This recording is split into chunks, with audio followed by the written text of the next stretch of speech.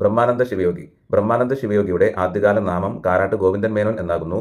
ഗോവിന്ദൻകുട്ടി എന്നായിരുന്നു അദ്ദേഹത്തിന്റെ വിളിപ്പേര്. ബ്രഹ്മാനന്ദ ശിവയോഗി എന്ന പേര് നൽകിയത് ഡോക്ടർ അയ്യത്താൻ ഗോപാലനാകുന്നു. ബ്രഹ്മാനന്ദ ശിവയോഗിയുടെ ജീവിത കാലഘട്ടം 1852 മുതൽ 1929 വരെയാകുന്നു. അതായത് 77 വയസ്സ് വരെയാണ് അദ്ദേഹം ജീവിച്ചത്. അദ്ദേഹത്തിന്റെ ജനനം എന്ന് പറയുന്നത് പാലക്കാട് ജില്ലയിലെ കൊല്ലങ്കോട് എന്ന് പറയുന്ന സ്ഥലത്താണ് അദ്ദേഹം ജനിക്കുന്നത്. ബ്രഹ്മാനന്ദ ശിവയോഗിയെ നിരീശ്വരവാദികളുടെ ഗുരു എന്നറിയപ്പെടുന്നു. മനസ്സാണ് ദൈവം എന്ന് അദ്ദേഹം പ്രസ്താവിച്ചു. ആലത്തൂർ സ്വാമികളെന്നും ഇദ്ദേഹം അറിയപ്പെടുന്നു. കാരണം 1907 പാലക്കാട്ടെ ആലത്തൂരിലെ വാനൂരിൽ ഇദ്ദേഹത്തിന് ഒരു സിദ്ധാശ്രമം ഉണ്ടായിരുന്നു. അത് കാരണം കൊണ്ട് തന്നെ ബ്രഹ്മാനന്ദ ശിവയോഗിയെ ആലത്തൂർ സ്വാമികളെന്നും അറിയപ്പെടുന്നു. സന്യാസിമാരെ ഉദരനിമിത്തം എന്ന് കളിയാക്കി വിളിച്ചു. ഉദരനിമിത്തം എന്ന് പറഞ്ഞാൽ വയറിന് വേണ്ടി അല്ലെങ്കിൽ ഭക്ഷണത്തിന് വേണ്ടി എന്നാകുന്നതിന്റെ മീനിങ്. ദെൻ ബ്രഹ്മാനന്ദ ശിവയോഗിയുടെ പ്രസ്ഥാനമാകുന്നു ആനന്ദ മഹാസഭ.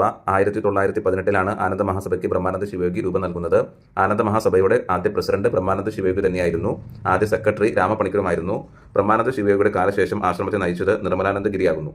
ബ്രഹ്മാനന്ദ ശിവയോഗിയുടെ പ്രസ്ഥാനമായ ആനന്ദ മഹാസഭയുടെ ഐഡിയോളജീസ് താഴെ പറയുന്നു. ഹിന്ദു മതത്തിലെ അനാവശ്യമായ ആചാരങ്ങൾ ഒഴിവാക്കുക, ജാതിയുടെയും മതത്തിന്റെയും പേരിൽ മനുഷ്യരെ വേർതിരിക്കാതിരിക്കുക, മാംസാഹാരം ഒഴിവാക്കുക, ഹിംസാത്മകമായ മതകർമ്മങ്ങൾ ഒഴിവാക്കുക എന്നിവയാകുന്നു ബ്രഹ്മാനന്ദ ശിവയോഗിയുടെ ആനന്ദ മഹാസഭയുടെ ഐഡിയോളജീസ്. ബ്രഹ്മാനന്ദ ശിവയോഗിയുടെ ആദ്യ പുസ്തകത്തിന്റെ പേരാകുന്നു സിദ്ധാനുഭൂതി. സാരഗ്രഹി എന്ന പേരിൽ അദ്ദേഹം ഒരു പ്രസിദ്ധീകരണം ആരംഭിച്ചിട്ടുമുണ്ട്. ബ്രഹ്മാനന്ദ ശിവയോഗിയുടെ ആദ്യ പുസ്തകമാകുന്നു സിദ്ധാനുഭൂതി. സാരഗ്രഹി എന്ന പേരിൽ ബ്രഹ്മാനന്ദ ശിവയോഗി ഒരു പ്രസിദ്ധീകരണവും ആരംഭിച്ചിട്ടുണ്ട്. അദ്ദേഹത്തിന്റെ മറ്റു പുസ്തകങ്ങളുടെ പേരെന്ന് വായിക്കാം. ബ്രഹ്മാനന്ദ ശിവയോഗിയുടെ മറ്റു പുസ്തകങ്ങളുടെ പേരെന്ന് വായിക്കാം.